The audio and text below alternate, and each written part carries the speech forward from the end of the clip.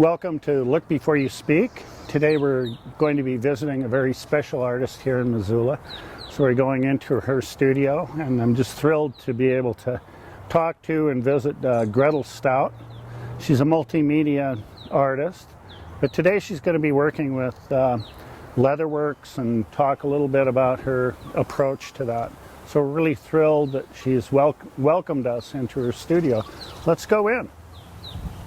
We're in the studio of Gretel Stoudt. This is Gretel. She's going to take us around and show us some things that she's working on and some of her approaches with all the different things that she's creating. Many of the works are functional, as you'll see and find out. She has a really diverse background in history and in art and fine art. So thanks for having us. Thanks for coming over. Yeah, it's my pleasure. So you mind just taking us around, and we'll just, sure. Yeah, show us what you're working on. Definitely. Today. So yeah. And so I've already. Wow. I mean, they're very simple. It's just going to be like a little belt pouch, and I'm just going to set some rivets with my handy little. So where do you get this leather? Rivet machine. I get it from Springfield Leather. Can I look at that? So yeah. The rivets are, you pre-punched the leather. Yeah, I just added a couple simple little belt loops on the back. Okay, I see. Made holes. I shouldn't be interrupting. And then, go ahead and work no, with it. Yeah, that's okay. And then I just put it in my little rivet machine and press that down really easy.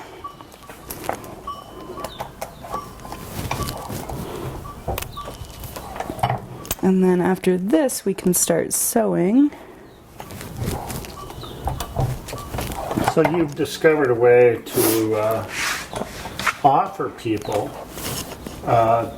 utilitarian things. So it's not necessarily functional for a particular object, but they might, decide they're going to use something for screwdrivers or pliers. Yeah, so I make tool rolls and knife rolls and all kinds of more handy functional goods. These are actually more for like it's going to be like a belt pouch that you can wear on your belt for like traveling. You can put your passport and I see. Okay. Or you could even put some pencils if you're an artist or something like that. But yeah, I like to keep things relatively open. Like people can kind of choose to do what they want. I don't like to tell people what to do. So I like to keep things open, whether it's, when I make bags, I want it to be attractive to a man and a woman, not necessarily gendered or, a specific So you pre-measured and cut this for us today. Great. Yeah, and then, just do the rivets, and then we can sew, and then I actually wood burn into the leather, creating some designs. And we might have to go outside for that, you mentioned. Yeah. That's okay. That's great. Is this close enough? Okay. As I'm sweating all over the place. Okay, and then I guess we can come over to the sewing machine. This is my industrial sewing machine. And let me can I put the fan on? Is that okay? Sure. Okay. Yeah, it's getting warm in here.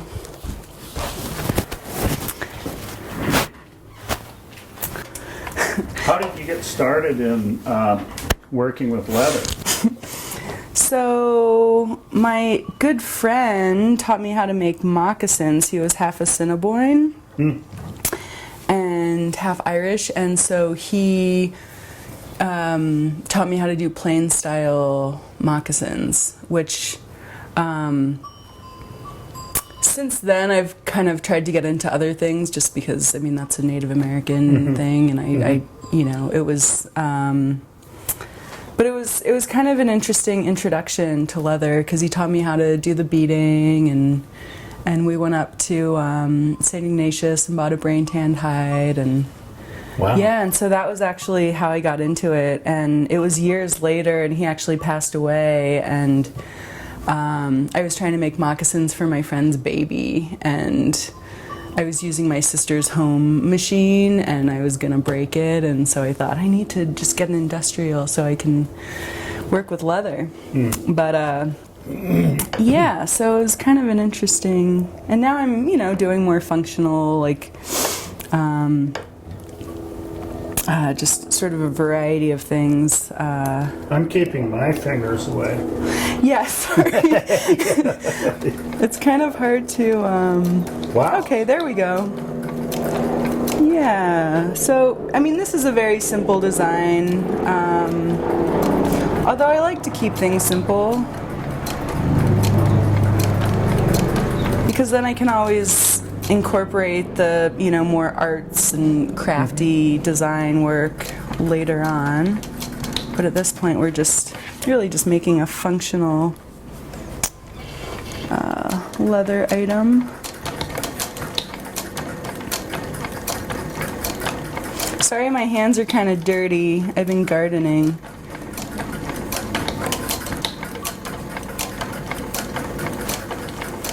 That is just beautiful. I noticed that the, I think when most people see a sewing machine, they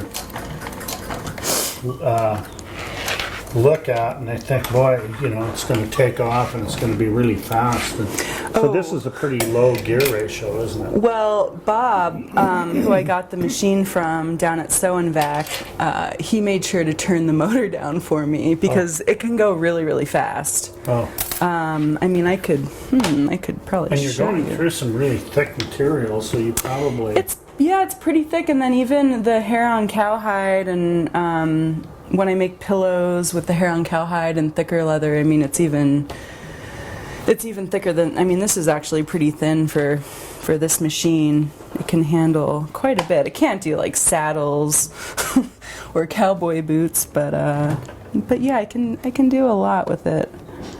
And it's just straight stitch front and back, really simple machine.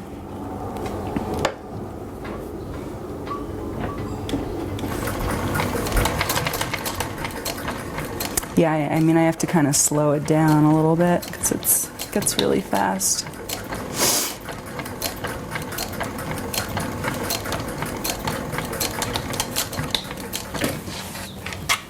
So just one simple little line.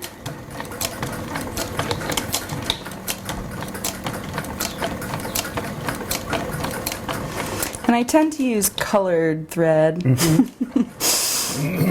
I've noticed. I rarely use And is white. the thread a synthetic thread, or? Yeah, it's poly, which is good because it'll withstand Moisture. and the sun. It's actually a solar guard thread, so it'll hold up to all the elements. God, why am I sweating so much, Steve? No, that's okay. Okay. So that's just, kind of the beginning of a little pouch. And then so do you put a latch on it? Or? I'll put a little snap on it using the same little press. I have different dies that, and then I'll put a couple more rivets up here. Just for strength? Yeah. Should I do more sewing? Or should we move on to something else? However you would like to proceed. If you want to continue to sew here, or if you want to, I would love to see the drawing on the outside. Okay. If you're up for doing that. And I can also show you, because we're going to edit a lot of this, right? I'm sorry, I'm like kind of talking too much in between. That's okay.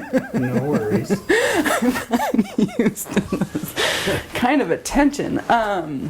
So, I mean, I could always show so here's a finished product. Yeah, there we go. There we go. So you put the snap in. Yeah. And then add these snaps. Mm-hmm.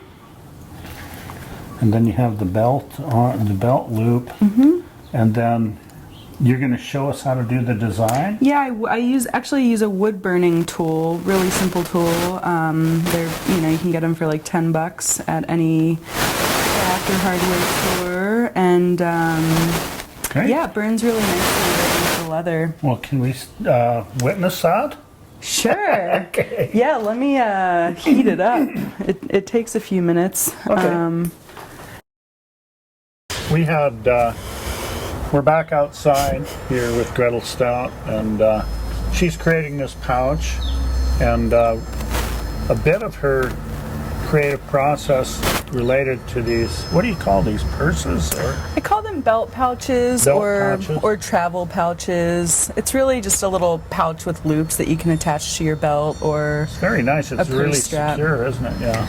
Yeah, really simple, but highly functional. And so you use a wood burner to create the designs on the exterior. Mm-hmm. And do you have a stamp for your name, or you just... I don't. I actually, at this point, I'm going to get a stamp. I need to actually get a branding mark. Mm-hmm. And then I can just brand all of them. Yeah, as an artist, sometimes I have issues with the whole marketing and branding part of it. So I definitely need to invest in that, because it'll save so much time. I mean, I'm doing everything by hand. For now it's okay. And then I also was debating whether I want to call myself Gretel Leather or just go with Gretel, because I don't want to limit myself just to leather. I like to keep I'm things hoping open. We can look at some other things that you're working on definitely. in a little bit. Maybe after we move through some of this. Yeah. Now, where did is this something? I've seen leather tooling, which is mostly stamped. Right. But I haven't seen a burner used on it's leather. just and it only really works with certain leathers. I mean, I couldn't do it on buckskin. It just wouldn't really have the same effect. I mean, it would make a mark, but it wouldn't be a very nice, clean mark. But yeah, this Kodiak oil tan leather is perfect for burning. And so I just take my simple little burner. It's really just a simple little tool, and I guess I should figure out what I'm doing. I think I'll just do another typography kind of design to keep it simple, and I kind of just go around. And so you have requests from people to create specific designs on. Yeah. I sell things on Etsy, and so a lot of people just want like a personalization, or of course I'll ask them if they want like a symbol or a drawing or something, which they're probably not used to, but they tend to like it. But usually someone just wants like initials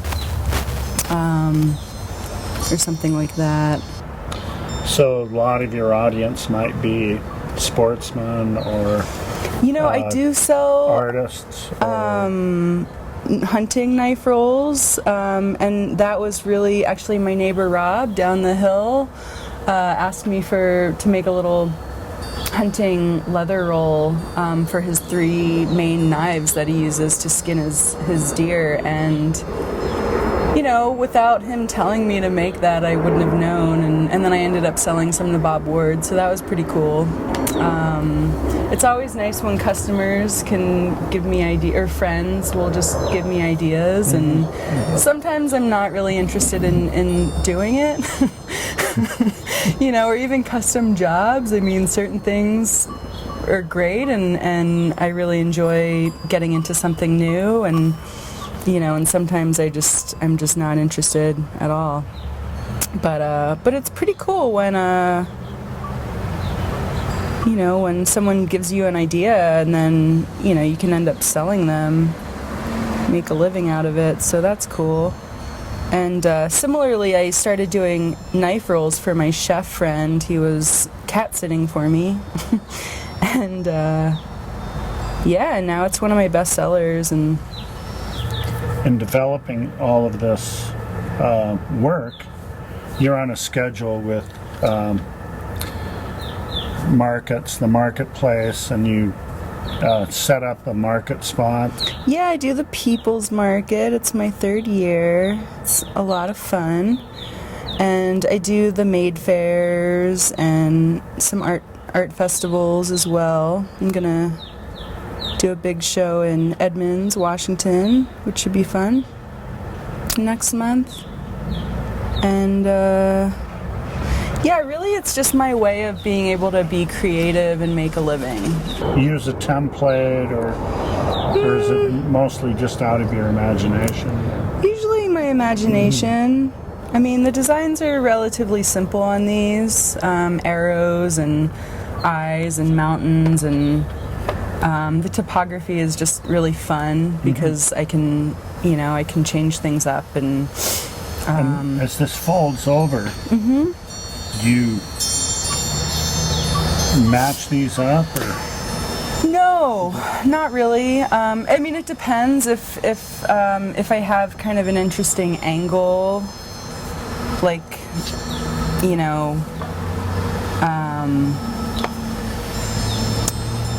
I could always put a little design down here and kind of use this edge as part of the design, but a lot of the time I just keep it pretty loose and open and just kind of see what comes out of it. Boy, that creates just a wonderful line. Yeah. Do you change the tips on that at all? Or? Not really. I have I just like this standard tip. Yeah, this one's actually looking a little rough because it has all those other like the edges and which maybe one day I'll mess around with a little bit more. Otherwise, I really try to keep it just fun and loose and more freehand. I think it comes freestyle. That comes through really well. These are really beautiful. Yeah. So I really appreciate you taking the time to show us this. Can you take a little more time and show us some of the other stuff that you're working on, like other things that you create to offer people? Yeah, so you'd like to Sure, let's go ahead go and back to the studio let's go back inside. Okay. So this is a mud cloth poncho that I made. It's actually made from shibori mud cloth from Mali, from Africa, and I bought these textiles to incorporate into bags and other designs that I have. I just was really drawn to them. I saw them down at the Tucson Gem Show and made friends with some of the dealers, and then actually, I was recovering from a little car accident and I couldn't use my industrial machine, so this was kind of a perfect way to work on something a little more lightweight. So, what do you do here? Do you you cut these and yeah, I buy the whole cloth, which you can use as a tablecloth or picnic blanket. I see, there's a seam. Yeah, it's similar. It's called shibori. It's actually a Japanese process that was brought to West Africa, and they really took to it. And it's actually a process of tie. It's like an old process of tie-dye. Okay. Yeah, and then they use natural indigo to dye. So this nice rich blue is actually naturally dyed indigo from the plant. And then I just, I reinforce the seams. I cut open a hole, and then add a little buckskin leather tab. Creates it, and it makes it sturdy. Yeah. Makes it really sturdy. That's a great idea. Thanks. Yeah, that's really nice. Yeah, and it's nice just to, get away from some of the heavier duty things and, work on different types of fabric.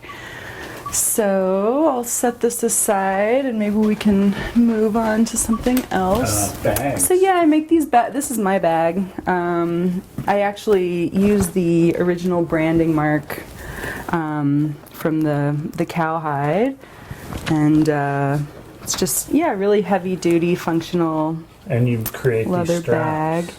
Yeah, this is a nice Italian leather. I'm out of it right now, which is a bummer, but I just you know, I like to keep it really simple and just kind of use the aesthetics of the raw edge. And, you know, of course, you know, when I'm lucky and get a cool branding mark, that's always a nice addition. And then I also have these bags I'm just kind of working on. I started some hair-on cowhide bags. They have a nice leather bottom, and then That's a lot more, and that's a complicated piecing of leather, isn't it? I mean, with the bottom. it's actually, you know, it's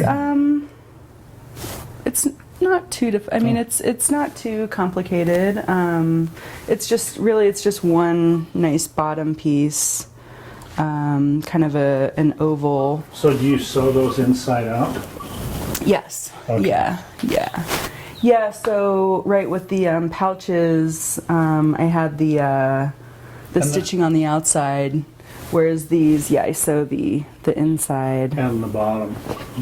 Right. Okay. And then just add this little place pockets. for your, Here's another branding mark one. your phone and your... It's a nice M. Yeah, of course, everyone has huge phones these days, so Yeah. having a massive phone spot definitely helps. And then these textiles I'm actually going to use for these I got in Thailand. These are Among textiles from the hill tribes in northern Thailand. Although I guess they're from Vietnam, Thailand, I think just the northern regions of Southeast Asia. But I got these in northern Thailand this past winter. And I'm using these textiles to create pillows, decorative pillows. So this one, for example, is hair on cowhide on one side. Sorry, I'm rotating it too many times. Yeah. And then this was from an old, this is South American, I believe, Chilean textile from an old weaving that I found.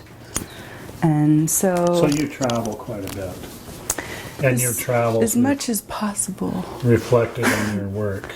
Definitely, yeah. I love picking up textiles. I got this in Guatemala. I was hanging out in Guatemala for a while, a couple years ago, and traveling has definitely influenced my work quite a bit. I mean, I wouldn't have started making the ponchos if I hadn't, you know, lived in my van in Arizona for a couple months, and, you know, bumped into these dealers at the gem show. We also have... So do you have, like, it seems as though because of the seasonal nature of the marketplace, that you probably are producing utilitarian works. This is a knife roll that I made. I have to send it out to Denver after I add the guy's name to it. But just a nice functional wax canvas and leather tool roll. They're also really good for camping because you just roll it up and you can strap it to your pack or, you know, carry it to work if you're a chef. And then what else? Wall hangings. That's really nice because I sorry. think many people who have these different kinds of tools aren't necessarily have a, you know, they have to find a container. You know, a lot of them use, like, you know, fishing tackle boxes and stuff like that. Oh, So, yeah. Some chefs just fold their knives in a towel if they don't have a roll. Yeah. And leather's heavy duty enough that it can take, you know, the sharp edges of the tools and so forth. Yeah, definitely. Very nice. So my question before was, now it seems like going through these markets is during a season, so you probably work in the off season to create enough inventory to do all of these. Definitely. So I'm still figuring everything out with that, and just figuring out ways to sustain myself for the entire year, because summer is really easy with all the maid fairs and the market and all the arts festivals. It's so do you find yourself traveling a little further south with? Well, I always dream of traveling further south. I just applied to the Durango Arts Festival. And I'm hoping if I get into that to head down to Bisbee, because I really like doing a little market down there, just because the people are great and I miss them. But any way to travel a bit and also make a living is always really great. I'm going to Edmonds, which isn't too far. It's north of Seattle. But other than that, I stick around Montana because I do the People's Market every Saturday. Yeah. So that, how many months is that? 4 months? Yeah, May, June, July, August. Yeah, 4 or 5 months. Yeah. Okay. And I would love to, maybe go down to New Orleans for a little bit, but the logistics of that is a little challenging. But yeah, I found that summertime. And you got to sharpen your tarot reading skills. Yeah. Right. Have some sort of side gig. Yeah. Just in case the leather goods aren't selling. Yeah. And I find that that's one thing I've learned, having a few different different outlets and different avenues for bringing in a little bit of money has been really helpful. So that's why it's nice, rather than limiting myself just to bags, I like to make one of a kind original bags. But I wouldn't want to just make bags. I like doing the pillows, and I love doing functional and you're work also, as well. I hope at some point you'll come back on the program and talk about your fine art experience, and maybe you can produce a print. I would love to. Okay, well, we can do that at some point. Yeah. And you were going to show us one final thing here before we close out the program.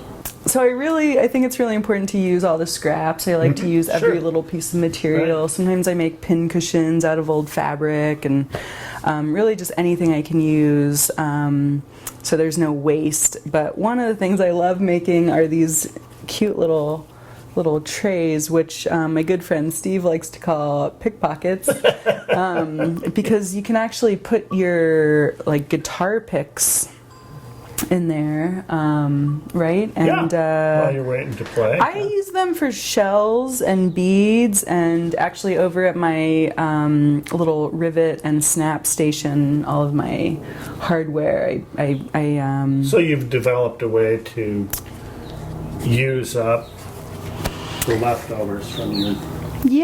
using all those little pieces that would otherwise be, cut off. Sure. Well, that's great. I'm glad you brought us over here to share that, and I want to thank you for being on our program today, and hope that you come back. Definitely. And I think it's the first program we've ever had where someone's worked with so many different materials, and we're thrilled that you welcomed us into your studio. Well, thanks for having me. It's been a lot of fun. Okay, thank you, Gretel.